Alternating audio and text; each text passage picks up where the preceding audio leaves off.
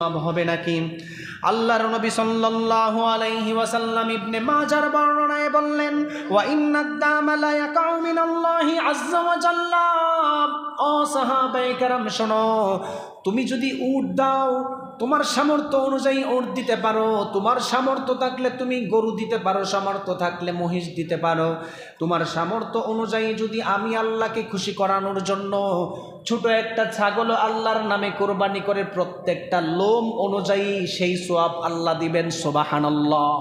মন খারাপ করার কোনো চান্স নাই যে উনি গরু কোরবানি দিছে, ওনার মনে হয় বেশি সওয়াব হইল না। ভাই, তাকওয়া মূল জিনিস। আল্লাহ তাআলা সূরাতুল হজ্জের 37 নম্বর আয়াত, আপনারা বাসায় গিয়ে খুলে দেখবেন, যাদের কাছে বাংলা কোরআন থাকে বা কোরআন শরীফ আছে, বোঝেন যারা, দেখবেন এখানে লা ইয়ানালুল্লাহু লুহুমুহা ওয়ালা দিমাউহা ওয়ালাকি ইয়ানালুহুত তাকওয়া মিনকুমের ব্যাখ্যায় 11 জন মুফাসসির, সারা পৃথিবী বিখ্যাত 11 জন মুফাসসির তাকওয়ার কথা বলেছেন।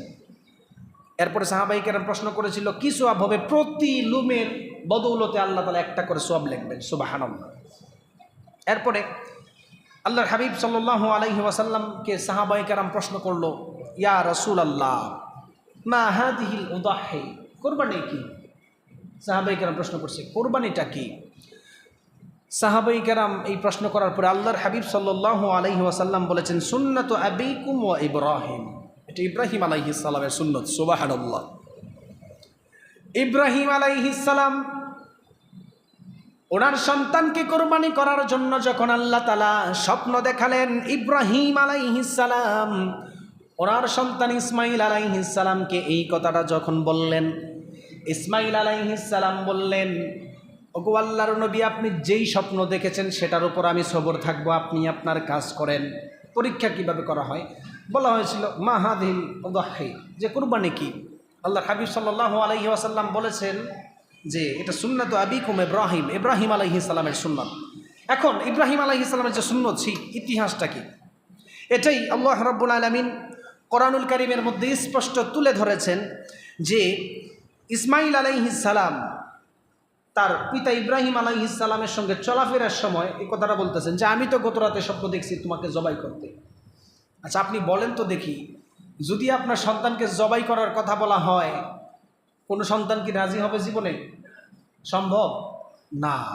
আল্লাহ তাআলা কিভাবে নবীকে আপনার পরীক্ষা করেছে দেখেন।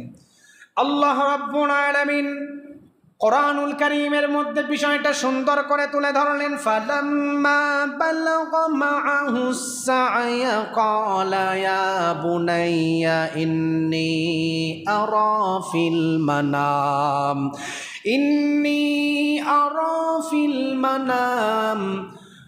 আল্লাহর নবী ইব্রাহিম আলাইহিস সালাম ইসমাইল আলাইহিস সালামকে চলাফেরার সময় কথাটা বললেন, আমি তো স্বপ্ন দেখেছি, তো গতকালকে স্বপ্ন দেখেছি। কি দেখেছি?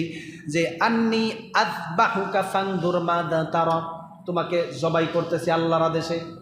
এই কথাটা বলার পরে ইসমাইল আলাইহিস সালাম বলতেছেন, ক্বালা সাতাজিদুনি ইনশাআল্লাহ মিনাস সাবির, আপনি আমাকে এই বিষয়ে সবর পাবেন। পরীক্ষা করছে, এখানে পরীক্ষা ইব্রাহিম আলাইহিস সালাম উত্তীর্ণ হয়েছে।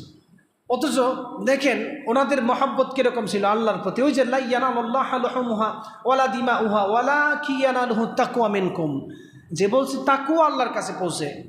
আপনার ভিতরে যদি তাকওয়া ঠিক না থাকে, এই মূল কথাটা এই জায়গায়, আপনি কোরবানি করেন, সব করেন, আপনি বাজারে গিয়ে ফিতা দিয়ে মাইপা, এখন মানুষ কুরবানির পশু ক্রয় করে ফিতা দিয়ে নাপে, যে অমুক বাড়িতে 6 ফুট উঁচা এক গরু নিছে, আমি নিব 8 ফুট উঁচা। এই চিন্তা যাদের ভিতর আছে ছেড়ে দেন, কারণ এই কুরবানি কোনো কবুল হবে না। কারণ আল্লাহ তাআলা তো স্পষ্ট বলেছেন, আমার কাছে কুরবানির গরুর গুস্ত রক্ত কিছুই আসে না, শুধু আসে তাকওয়া। তাকওয়াটা কি জিনিস? তুমি কোন নিয়তে কুরবানি করেছো? আদম আলাইহিস সালাম থেকে নিয়ে ইব্রাহিম আলাইহিস সালামকে পর্যন্ত আল্লাহ তাআলা পরীক্ষা করেছেন, ইব্রাহিম আলাইহিস সালামের সন্তান দিয়ে পরীক্ষা করেছেন। এজন্য আমরা যারা কুরবানি করব, কখনোই এই দিলটা ভিতরে আনবো না। আরেকটা বিষয়, কোরবানি দিবেন, যার সামর্থ্য আছে কোরবানি দিবেন, কিন্তু কোরবানি দেওয়ার পরে একা একা গুস্ত খাইয়েন না। চাইলে খাইতে পারেন, আপনার ব্যক্তিগত ব্যাপার, কিন্তু আপনার পার্শ্ববর্তী মানুষের দিকে একটু খেয়াল রাখেন। আমাদের সমাজে এমনও ফ্যামিলি আছে, আপনি খবর নিয়ে দেখেন, পুরা বৎসর গরুর গুস্ত কিনে খাওয়ার মতো ক্ষমতা হয় না, সৌভাগ্য হয় না ওইভাবে।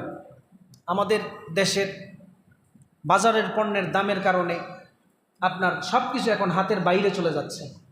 কিন্তু এই কোরবানির ওসিলায় যেই পরিমাণ কোরবানি আমাদের দেশে মুসলমান ভাইরা করে, যদি আমরা সিস্টেমটা একটু চেঞ্জ করি, দেখবেন এলাকার সবাই কিছু না কিছু আপনার একটু একটু করে পাবে।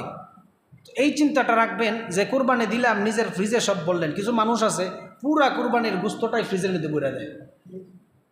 আপনার যতটুকু দরকার আপনি রাখেন, কিন্তু যারা আপনার পাড়া প্রতিবেশী আছে, যারা পুরা বছরে গরু কিনে গরুর গুস্ত কিনে খেতে পারে না, আপনি তো জানেন অনেক মধ্যবিত্ত ফ্যামিলি আছে যাদের শরমের কারণে মানুষের কাছে কিছু বলতে পারেন, আপনি তাদের কাছে পৌঁছায়া দেন।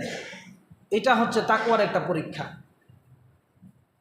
এটা তাকওয়ার একটা বিরাট পরীক্ষা। এজন্য কোরবানি করবেন, অন্য মানুষদেরকে দেওয়ার চেষ্টা করবেন, গরিব যারা আছে তাদেরকে দিবেন, ফিরাইয়া দিবেন না।